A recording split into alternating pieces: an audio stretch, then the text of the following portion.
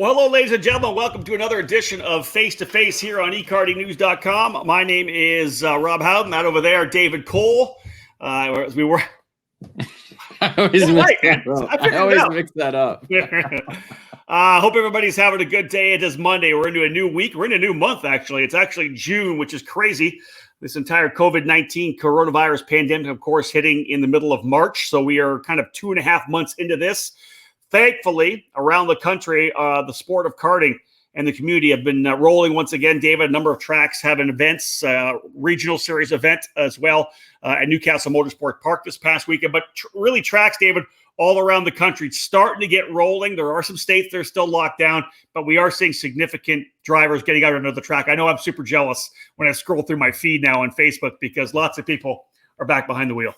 Hey, Ontario's open, so you're ahead. You're one step ahead of us here. They're just now starting to get Michigan open. East Lansing Kart Track being the only sprint track here in the state, actually. So that's getting open by limited practice. There's actually a practice 10 minutes from my house right now at Grattan Raceway. I believe they limited to say 15 or 20 drivers today and then tomorrow. So they got two separate practice days there. That's awesome. We saw racing in Indiana. We saw racing in the Pacific Northwest. Obviously, the Southwest and Southeast, they're racing all over the place down there.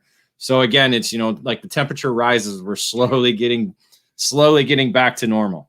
Well, and one thing we want to push out to anybody who is actually, if you're either a racer going to an event, a family going to an event, or a promoter or a track, a club that's putting it on, obviously, right now, the key is to do everything absolutely by the book. We want to make sure we keep social distancing, everything you possibly can on the health side of things, because we have to be kind of the model of what's going on in our sport. Of course, other parts of the sport, stock car racing, road racing, really not opening up many places yet. Drag racing opening up at a couple of tracks. You see a lot of sprint racing too. We have to be at the very front of that, David, I think, for us to make sure that karting, we don't want any setbacks, right? We're getting a chance to open up. Our tracks are able to open. So everybody as a community needs to pitch in to make sure we don't have to take a step backwards. Yeah. And again, it's every racetrack kind of dealing with the local authorities and trying to deal with the state guidelines that have been put down, because again, different states see us as different factors. Some think of us as golf courses. Some think of us as a spectator sport. Yeah, and that's kind of the battles that we continue to see, especially in Indiana, where the tracks are getting lumped in as both a golf course and a spectator place. So it's like, no, we don't have spectators. We have racers, and so thankfully we're a lot of the tracks are telling people keep your family at home. If you're a racer, bring somebody to help you, and that's it. And that's kind of what it's kind of gone to and progressed as we go from track to track and checking things out. Certain states are a little bit more open, so they're able to have a little bit more people there. But again, it's just all dictated on what the local authorities are telling you, what the state authorities are telling you, and to follow those guidelines. There's no reason to break these guidelines, because if we do, then we're going to lose a track, or we're going to lose a race, or lose a facility for good. So you never know what quite's going to happen. And we're going to lose momentum. Right now we have momentum. We're kind of building and growing slowly. We're allowing more people to come to tracks, bigger events as well. I saw somewhere that Ohio, I think, actually opening up to spectators coming soon as well. The more this momentum starts to build all across the country, everybody else is going to be able to go back racing. In a state like Michigan or California or Illinois, which is struggling as well, kind of really locked down. The better we do, the more it's potentially going to open up. One of the states, a couple of states actually that are, of course, kind of the hotbed of this entire COVID-19 issue is New York and New Jersey. And, of course, what we were doing with a lot of these face-to-face interviews is giving you an opportunity, our EKN Nation viewers, a chance to talk, get us to talk to some of the guys that are in certain areas. We tried to hook up with the guys in the Pacific Northwest. That's something we're going to continue to do.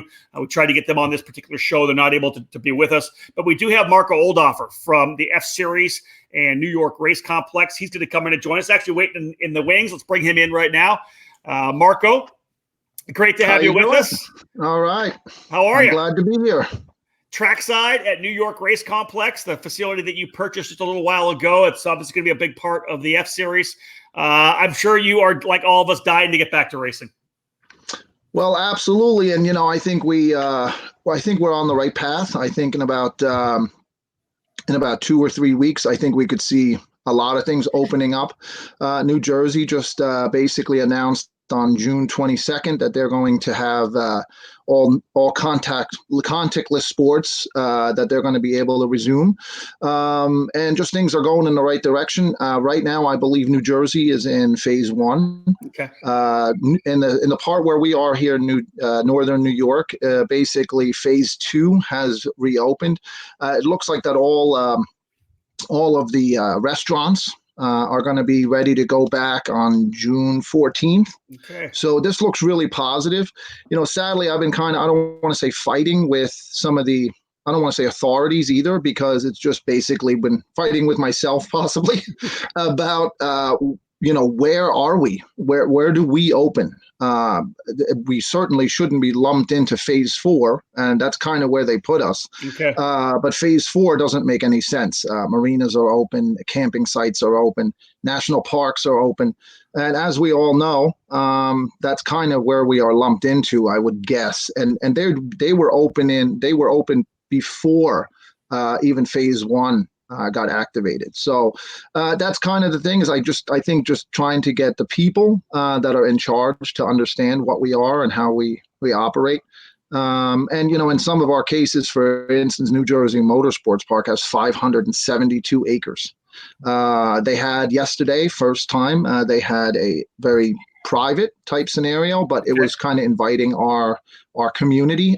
We had 30 racers there, which is a really good thing. And some of the racetracks in New York are actually working really, really closely with the health department and so on and so forth. Yeah, that's a question I have for you, Marco. Let's ask that question first. Is there some kind of a faction of motorsports track owners or some kind of a motorsports community that are getting together to potentially talk with the health authorities and with government? Well, there is a thing called New Jersey Coalition, which is, and it's called Motorsport Coalition as well. I think they're out of the south of the United States.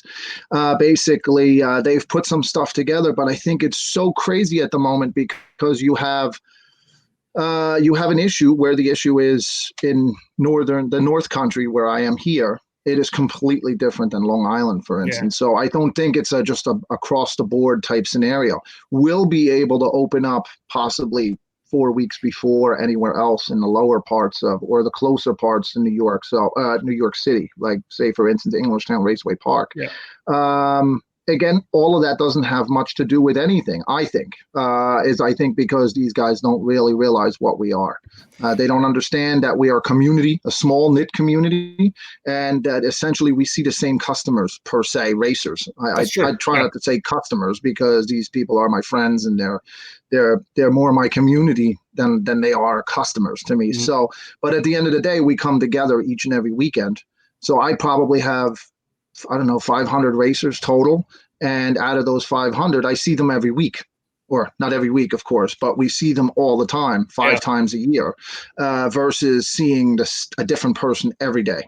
Yeah. And that's a big deal. Would they need to know that? They need to understand that we're all working with each other and that we understand how to make it go forward and so on and so forth. So I don't mean to go off track here, but this is a very confusing scenario, especially since when I first started this year, right away in March, I was dealing with New Jersey, primarily only New Jersey. New York was pretty much locked down because it was so cold still. I mean, from the cold perspective, then from a COVID perspective.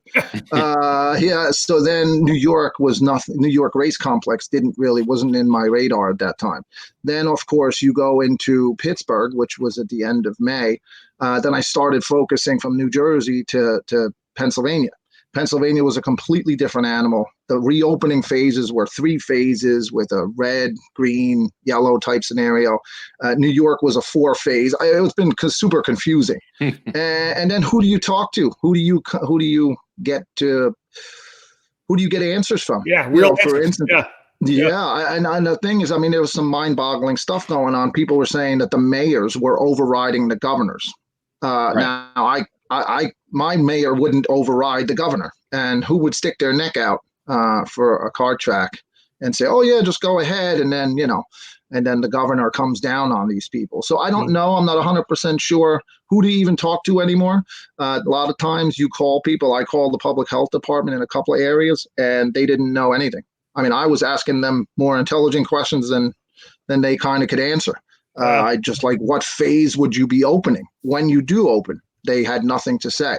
So it's been a very confusing scenario for me. And it's not just for one state. I wish it was just one state.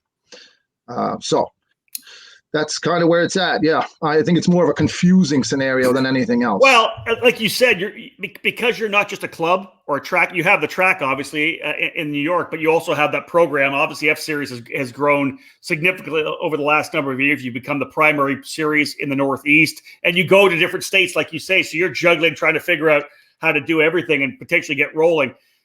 Have you been able to put any kind of a schedule together where you've moved things backwards, like deeper into the year, and say, okay, we're planning on going here based on the way Pennsylvania is opening up, we'll go to here? Like, is there any kind of a schedule you put together? Okay, so I'm going to be honest with you. There's a little bit of a concern about what that entails. So, in the beginning, a lot of people asked me, oh, you're going to take these events that had possibly been canceled, and are you going to move them forward? And I said, all right, well, let's see how many are canceled. I think in March we closed down. We had our first warm up, for instance, and then it basically shut down as soon as our first race was supposed to go off. So we lost one or two events, and I said, well, maybe we could replace those events. But then I said, all right, so how do you replace two events is not a problem. How do you replace 6 events is another problem. So you can't replace all of them. And that was more with the state championship that we have going on, which is a really growing program. I love it because it's a little bit more local. Yep. It allows more, I don't want to say regular people, but people maybe that don't have huge budgets to be able to participate. Yeah, absolutely. It's a great place. And we do have a diversity of tracks that are involved with that. So with that being said, then all of a sudden you start looking at the Gearup program, and we had lost that Pittsburgh race. And you start looking at all these events, and everyone is going to start rescheduling these things. Yeah. Now, I'm going to be honest, I don't know if that's going to work. And the reason why I say that is because, first of all, how many racers have we lost? Nobody knows. How many racers are still hesitant to actually leave their house, go out, maybe paranoid, maybe not, or maybe just cautious, just want to kind of stay around the house a little bit more local. I think the bigger the traveling program is, the tougher it's going to be. But I also think that we need to be mindful of that. We just don't say, oh, okay, well, we had 4 races and we're going to all bang these into October, November. Yeah. And, so all of a sudden what happens is you have too many races in one time. You have, for instance, all 7, 8 series is kind of lumping these things, and people are going to have to pick and choose. Maybe they won't pick and choose. I think we all run on a very small profit margin. Mm-hmm. So we need to be careful. All of a sudden, we're used to 100 entries or 150 entries, and all of a sudden we're down to 75 or 50. Yeah. First of all, the racers aren't going to be happy to travel far to go do that. I think the other thing is that, it could hurt us financially for the future, and many other things. So I think what I'm going to do is, sadly, every race or any race that I had to potentially cancel from Gearup is not going to be rescheduled, primarily because I feel that it's just not a good way to do it. I've already encountered 2 of the races that we have left have been doubled up on by another series. Now, it doesn't matter. I could say who they are. It doesn't really matter. I think it just doesn't help.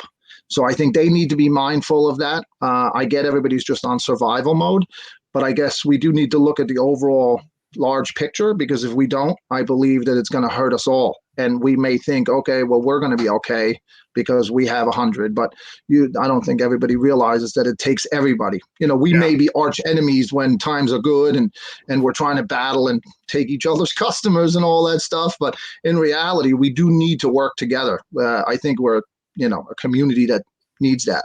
So looking at your schedule right now, what's the next race that you think, of course, listen, you have the Northeast. You have your own group. There are a lot of people from the Northeast will travel to other events for sure, but you guys are the primary program in the Northeast, both with the F Series, the Gearup F Series, and the New York State Championship program, which you put together, which is great. What in the F Series? What do you look at potentially you think being the first race you'll get to do, and how many will you get to do on your schedule? How many races do you think you're going to be able to do? Okay, so we have 3 more left. We have three more left. Okay. The first one is going to be from here on forward is New York. The second one is in Massachusetts. And that brings me to another piece because now I'm looking at my fourth state and my fourth reopening and my fourth setup and my fourth governor. Yeah. So the situation is with that is that I'm not even, people have asked me, oh, what are you doing about Massachusetts? I said, honestly, I got to get past the first one. Yeah. Once I get past the first one, then maybe I could possibly look into the next ones. But and we have our New Jersey one, and it does look like New Jersey is kind of heading in the right direction. New York is also heading in the right direction, especially in the region where we are. Again, this is the North Country. We are the least populated, and we have the smallest amount of COVID cases here in this county, in the entire state of New York. So this is a really good positive thing. Like I said, we're already in phase 2.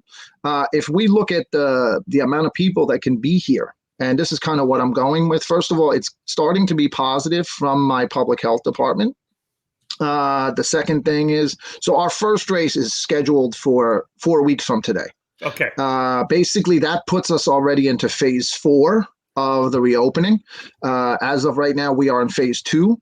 That means restaurants can be open at 50%. Now, what that means is and again, I'm asking for a legitimate amount of information that allows me to put an event together, possibly working around my schedule. And I don't mean my schedule for the actual date. I mean the schedule of the weekend. So possibly maybe moving it where we separate some of the groups. Maybe we run in the morning and then kind of like, I guess, maybe a rock cup or a SCUSA race that basically has that morning and afternoon session. So that would allow us to possibly have some people leave, maybe enjoy the area in upstate New York. It's a fantastic region where we are here.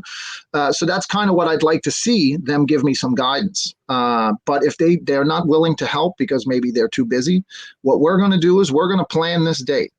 We are on the 27th and 28th of June here at New York Race Complex. That's our first race of Gearup. That is where we're scheduled to come out of.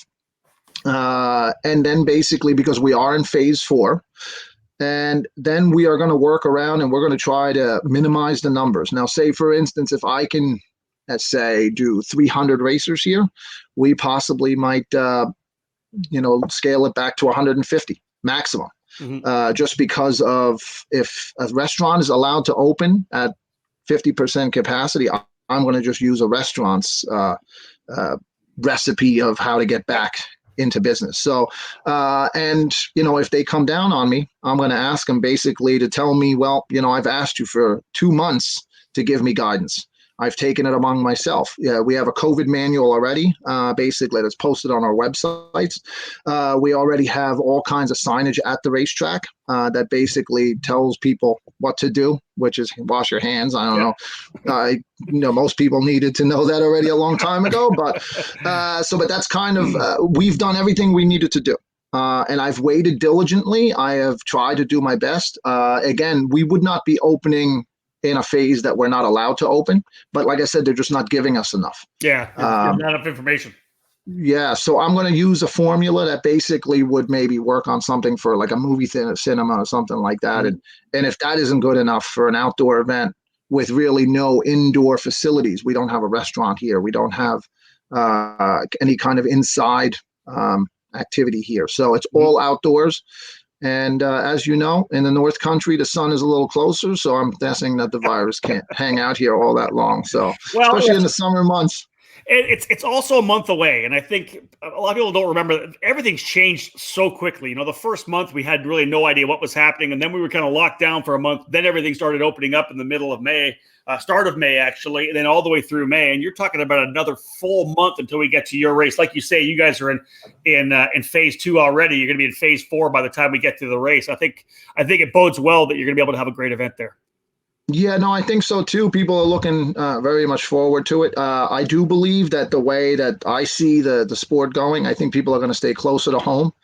I think that, just in general. So we have a pretty strong region here. Sometimes I may have not harnessed all the racers in my regions, but I think at this point in time, they're just looking forward to that. And, I know that we have a pretty good reputation on having fun events and good events and stuff. So I just hope that we can put on a good event. Now, I will say right away that when we do our event, it is going to be limited. Of course, the spectator scenario, you'll laugh. Sadly, that New York Race Complex has one of the higher spectator counts of all our races. Okay. Just because we have like this fantastic kind of hillside that when you drive into the track, and the guy who built the track set it up as like almost like a bleacher, but a natural. Yeah, so basically it was a really, really fun way to sit under these nice trees that we have and stuff and really enjoy the race. So, but sadly that will not be available.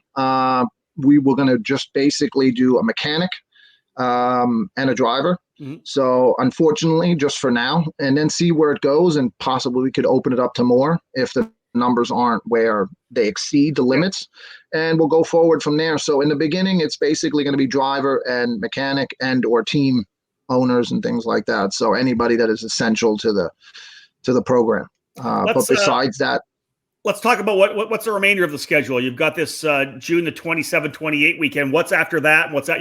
You said 3 more races to go. What are the dates? Yeah, so we have Boston, and that is basically in August, in the middle of August. Okay. And I know things already been kind of, people are rescheduling stuff. As I said earlier, that's kind of becoming a problem. I've had some people ask me about even my third race, if they're like, oh, is that a set date? Can you work around it? I said, honestly, I don't think I can move anything, because I think people are just going to start moving stuff everywhere. Yeah. And that's kind of, if I can recommend, and I certainly don't want to tell somebody how to run their business, but I think, if we can go and just finish out our schedules and not try to make up for all these things, because it just isn't going to work. I don't think the mathematics work, just trying to make up all these races. Is you can't, we have a very busy schedule, as you all know, to do these races. And then you lose 3 months and you try to make them up in the last 4 months. That's right. It's almost impossible. Yeah. So who gets hurt? I think the teams. I think we as an organization get hurt. I think also the drivers. And again, it's still to be seen how many we've actually lost from. I have not heard too many people in my community have any effect from the thing, but certainly their businesses, I'm sure, have been affected. It's a trickle down effect of some extent. So I think if I can give a recommendation to my fellow promoters, I would possibly say the local stuff. I don't see a big deal about the local, but the bigger the race gets, I don't mean to tell somebody how to run their business or when or when not to do their events, but I don't know, just give it a real thought. Certainly it could hurt for them as well as it could hurt for all the other series out there. There is a need to look at the bigger picture for sure. We talked about that earlier, and we have kind of through the entire thing, Marco, with the simple fact that there are going to be people that are going to be moving dates. People are going to have they think they have to have races, and they're putting them on top. You're obviously going to be one that like you say, already potentially having some conflict. That's obviously a tough thing to see, but man, it's just so hard for some of these organizations to sit back and say, can we make it if we only run 1 or 2 races? I'm sure you feel the same way right now, only being able to run 3. Yeah, at this point in time, we've lost about a third of our season already, because we're stacked pretty heavy with the state championship. South Jersey's pretty nice already in March and April. So we do quite a few races in South Jersey at that time. So we've lost a lot of the state championship. Like I said, we've lost the Gearup for Pittsburgh. I don't know, again, the one coming up, I am set to do it. I am announcing to do it. I am ready to do it. But God forbid if something else happens, they turn us back, they turn the clocks back 2 months or something, or a month. Who knows with the stuff that's going on out there today. So, so as of right now, we're going to go forward with what we have left, possibly do maybe, a couple of night races that we had a practice day on or something like that to kind of catch up some of the points, maybe get people on the state championship level caught up, maybe 2 or 3 races or something. But I'm not about to, put 6 races in 3 months just because on top of what we already have, just to kind of catch up. That makes sense. Let's kind of go into a positive direction. I believe it's June. What'd you say? June 15 or June 21? When is the Canadian border, U.S. border opening, Rob? What did you right now, June 21. Yeah. Right. I love Canadians. And I'm looking at you. That's what I was getting at. It was like, because there's a lot of Canadians that are sitting there waiting to go racing, because me and Rob have talked about it a little bit off the show and a little bit on the show, is tracks are just now opening. So none of them have even gone racing at all for this year if they didn't travel down to the US. So are you kind of talking with some of the teams and maybe some of the clubs or tracks even that are up there to kind of say, hey, we're having this race up here, for the opening of the F Series? Are you kind of getting some feelers out there north of the border? Well, you know what? Over the last couple of years, especially since and I think it actually started even before the track, the shifters basically brought a lot of people from Ottawa area, from Montreal area, to basically come and try. But since we bought the racetrack and since we've started promoting here, it's just been it's been an overwhelming amount of interest and a lot of excitement. We love the Canadian racers in general. Why? Because they're super excited. They are also very professional. So they've also brought a level of professionalism that was very, very liked when I did it, when we started. So for us, the June 21st date works as well, because that means we're ready to go with our 27th and 28th date, being able to do that. So, I mean, we've talked with a few of them personally. They've called us. They've said, what do you think? They're talking about a quarantine when they go back home, but I think they're all willing to chance it. So no, I think it's very exciting. We've got a lot of energy. I think this year more than any other. With the first couple of years of New York, all we did here was work. And I think we talked about that on another interview that we've done, how we got this all to work. But in the last year and a half, it's been a lot of promotion. We're pretty close to Brockville. It's funny, we're about 2.5 miles from Brockville in Canada. Yep. And most people look for hotels there, and then they figure out it takes an hour to get there because you got to go to the bridges. But it's literally that far away. And so there's a lot of people from that area, and they love the track. I mean, the track is just fabulous. Well, listen, Marco, we're going to take an opportunity to talk about the track. I know we did this before on one of our podcasts on the EKN Radio Network. I do want to get into the track a bit because I want to take this opportunity to kind of educate people about the track itself. David, though, I know you had another question that you wanted to ask first. Well, I was kind of going to go into the whole Northeast area as a whole, because we haven't really heard much from like Vermont, New Hampshire, where there's, some tracks that are still going. We've heard a little bit from Maryland, but nothing from Massachusetts, which you were talking about. You're not really focused yet, but what is kind of the early word? Because we haven't heard anything from any of the racers there. Like, is there anything open at all in the Northeast right now? I spoke with a couple people. Massachusetts seems to be on a very, very tough stance with all of this. That's what I'm kind of hearing. I mean, and people are telling me that the race in August is going to be a tough race to get going. So I don't know. Again, I haven't focused on that because I feel like that I'm all over the place when it comes to New Jersey and, again, New York and Pennsylvania.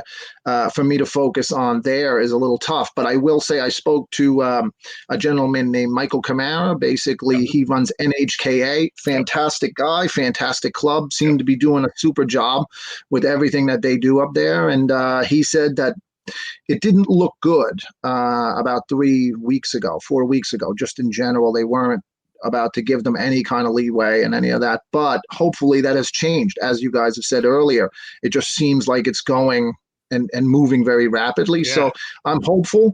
I am getting quite a few calls from there as well about the first race, about some of the stuff we're doing, about if we're open at the racetrack and things like that. So that's kind of what I've heard. But like I said, a fantastic program. I think they'll bounce right back when they come at it. So out of this, but I hope soon. Go ahead, Rob. Oh, did Rob freeze on us? Oh, he does. He looks kind of. He looks frozen. Startled. He's startled. I've been waiting for this moment my entire career, where Rob just sits there and has to listen to us. All right, so let's. Can we make fun of him maybe a little bit? Well, we could, but I do want to keep my job a little bit. Oh, okay. He's very, very stoned face now. So he's popped down. So we'll see if he can come back in. But as he was going to ask, kind of give a little bit more information about what the actual racetrack Talk a little bit about it and what has gone on, the early stages of you taking over and kind of the construction and everything of the racetrack. Well, the track was built by a gentleman named Joe Bertrand in 1998, and it had a lot of fantastic races right in the beginning. But as we all know, promoting karting is not the easiest job around. There he is, man. You were so stone-faced there for a minute. Yeah, oh yeah, is he back?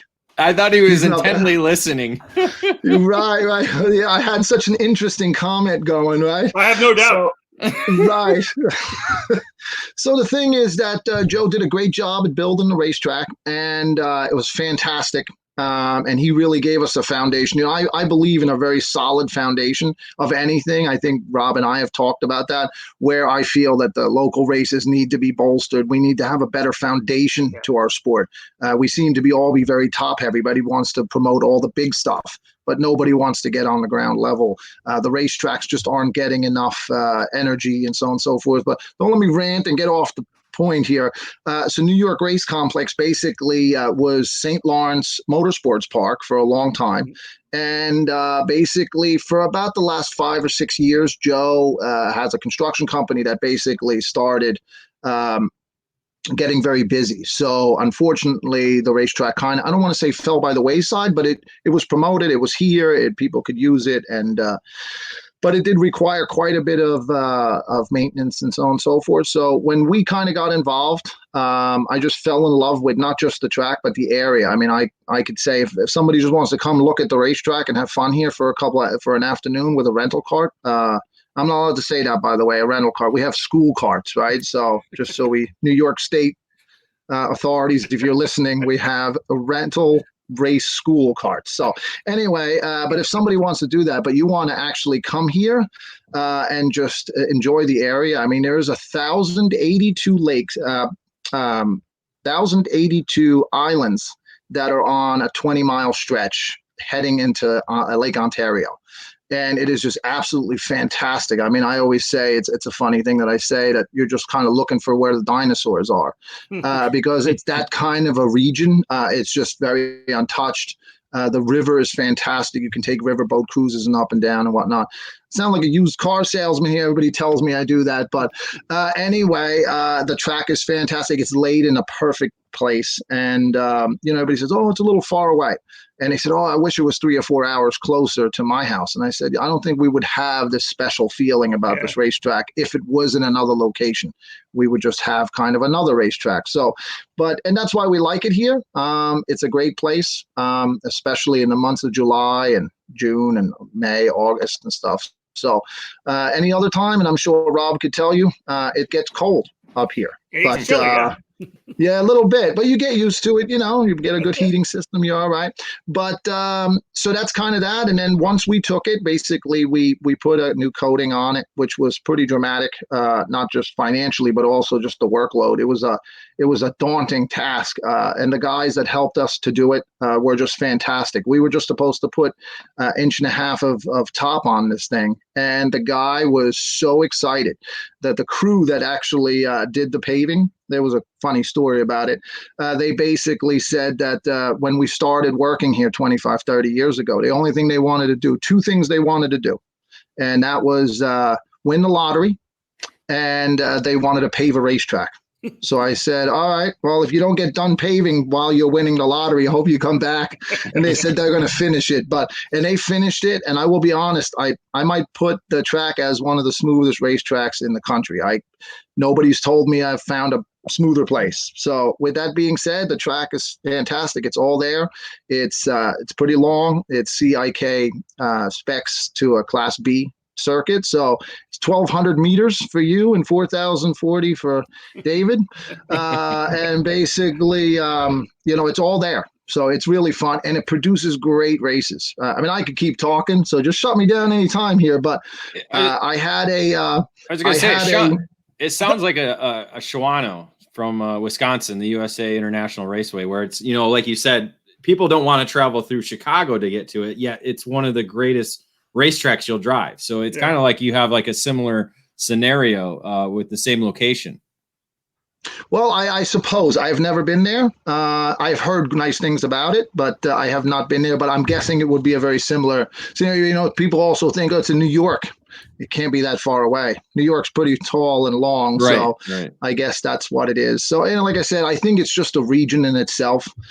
For some reason, only about an hour and a half south of here, it kind of turns to where I normally live, but then it just changes as you come to this region. So it's a fantastic place. I encourage anybody, not even if they just don't want to come racing here, just to come to this area because it's a fantastic place. There's a couple So, of, hey, Marco, a couple of shout outs for you here from Steve Kuhn. He says, beautiful track surface for New York Racing Complex. And then Will Salisbury as well. Another one there too. New York Race Complex, absolutely. amazing facility. Marco and the family have done a phenomenal job transforming the place. I do want to say this story because I remember, I think it was after it got paved, and you sent me pictures because you guys were out there in the dark painting the curbs with like the lights of the cars. Yeah, no, actually, I just had a generator, with a flashlight with a big, right? Oh, yeah. Spotlight. You ask my children, they'll tell you some funny stories about me, what I've done. But they're tough. They held on throughout all of this stuff with us, and I think people do really appreciate it. And I've not had one person come to the track and not say that it's not fantastic. So, and that's a huge gratifying thing to have that because all the hard work. But I think also the great part is that we took a racetrack that already had that foundation and had everything the way it should have been. But I think we've just bolstered it. I think I've used some of my promotional skills, if I have any. I don't know. I just maybe talk people too long. It's funny. I could probably just talk them into just coming, right? Or maybe they'll think, all right, I'll come. Stop talking. Right, maybe they'll come. Yeah, exactly. That's my strategy. I talk them into coming. But so again, I hope we're going to make it into something greater even yet. I hope we can get other series to come here, have fun at the track. And like I said, just even if you're not into karting, just come check it out, hang out in the area and possibly just try a kart or something just for fun. Listen, you said something about the fact you don't think people are going to want to travel away from their homes. I think there's a lot of karters out there that will travel a long distance to be able to race a good track right now. I think people are going to be, in their mind, is going to be, hey, listen, I want to get back to the sport. I want to support the industry. I want to support tracks. I know a lot of people traveled down to GoPro Motorplex in North Carolina this past weekend to race. I have a feeling that people are going to want to travel up to see you. Like you said, gorgeous country up there, beautiful in that part of New York, northern New York. The date is June the 26th, 27th. Is that correct? 26th, 27th, and 28th. I always get confused too with my dates, but yeah, it's at the end of June. Check out the websites and stuff. We'll push it out there. Absolutely. Obviously the fseries.com and of course NewYorkRaceComplex.com, NY Race Complex and stuff. There you go. Yeah, it's pretty straightforward. I mean, and of course, I'm always available. All the phone numbers lead directly to me and stuff. So complaint department, promotional department, and of course, right, just getting people into the right direction and stuff. So, well, you're trackside right now. I appreciate it. Obviously, your Wi-Fi worked better than mine did today, so that's really good. I'm glad. Yeah, we were very concerned about that. I'm working on this little jetpack here because there is no internet within 40 miles of here. So. All right. It works pretty good. That's good. Well, Marco, hey, listen, thank you so much for joining us here on Face to Face. I appreciate it. Absolutely. Thank you guys for having me. All right. Marco Oldhafer, folks, the F Series, New York Race Complex, the New York State Championship program as well. David Cole, that's got to be a bucket list racetrack, I think. The New York Race Complex, completely, as he said, resurfaced, unbelievably smooth. And I like it when you have a guy like Marco who's got so much pride in this facility. He just wants to make it the track the best he possibly can. And I feel it's going to be like one of those tracks that's just out there that people are going to go to and all of a sudden start spreading the word of how great it is. Yeah, and that's kind of what I was getting to with the Shawano references, because, that's one of the facilities. If you put anywhere in the country, people are going to be there right away, but they just have that mentality of, oh, it's too far away, yet it's only an hour away from Green Bay, 2 hours from Milwaukee. So it's really not that far away. So again, and like you said, looking at the maps, it's only 4.5 hours from you. So it's really not that far away in terms of for Canadian racers, because we know there's a lot of them around the Toronto area. So it seems to be, it has the potential to certainly grow in the future. Yeah, no doubt about that. I know that David Conker brought his son down there. They did some shifter racing with the crew there, Michael, and they actually, I think, won a championship running the F Series. Great program in the Northeast, and you and I always talk about the fact that you have to have that. Marco and I have talked about having that better club, that foundation of the sport. You have to have strong regional programs, the F Series, and of course the state championship, very, very strong as well, and good for karting in the Northeast of the U.S. David, any other final thoughts here to cap things off in Face2Face? I just want to end with, it was so great to have you just listening and not speaking for a moment there. It was perfect. Me and Marco took advantage of it, and I hope you enjoy the replay of it. I can't wait to see it. Me luck. No, you had a real serious look, so we were concerned if you were like having a stroke or if you were just really interested in the conversation. Well, yeah, I don't know what happened. All of a sudden it comes back. I didn't do anything, and it ended up coming back. So. Well, we know your internet's not always the best. Well, the big thing is I live in a condo here, and I think everybody's on one stream. And just the fact that we're all home, we're all on the stream right now, it sucks. So it is what it is. Folks, a lot more coming up here on Face2Face. Again, on the EKN Radio Network right now. I think we're streaming the This Week in Karting that David and I just did. So a good update on everything that's going on in the sport. Make sure to download the EKN Radio Network app. If you haven't done that yet, you'll be able to listen to all our stuff. Or, of course, eKartingNews.com/radio, 24/7. All of our content on there for sure. We're lining up some more broadcasts coming. Looking forward to get back to EKN Trackside Live. Can't wait to get to the racetrack, David. I'm surprised that you're here. I thought you may, like you say, just go out and kind of stand outside the Groton and just listen to the karts going around. Yeah, if we didn't have this broadcast, I think I was going to take a longer lunch and head out that way. But maybe I'll swing by tomorrow since we don't have anything on the schedule. But yeah, I'm really interested in getting trackside. So I'm working out some deals with the family. I'm going to see if I can escape somehow and get to a racetrack here within the next couple of weeks. Well, my thought is this. If they open, like we talked a little bit about them opening up the borders because they have not quite done yet. It's they extended them from May 21st to June 21st for the Canadian-U.S. border. We'll see if what the update after that. If they do eventually open them up on the 21st and allow travel back and forth, the Cup Karts North America Champions Cup's racing at Newcastle on July the 4th and 5th. Just saying, that could be a good battle. Yeah, you need all the warm up you can get to actually keep up with me. So yeah, you might as well go down there and test a little bit. Well, you stay at home and enjoy yourself, David. I will. I will. Actually, we won't be staying home. We'll be getting away from home somewhere. That's true. All right, guys, thank you so much for joining us. We appreciate it. More to come. We'll try to get another Face2Face lined up for later on this week, a couple more for next week as well. Of course, racing getting rolling, so make sure you're on the EKN Radio Network. Lots of stuff to talk about. David's, of course, working on all the content on eKartingNews.com as well. But it was great to talk to Marco Oldhafer from the F Series and the New York Race Complex, tremendous facility up in the northern parts of New York. As he said, very low in terms of COVID-19 cases. Really hoping to be able to put a race on June the 26th to the 28th. If you have that weekend open, you're thinking about doing something super cool, that's a track to potentially roll up to because I think it'll be a lot of fun. And that's a track and a guy that deserves the support from the industry because it's a beautiful facility and we need to take care of it. Otherwise, we're done, ladies and gentlemen. Thanks for joining us. Book it.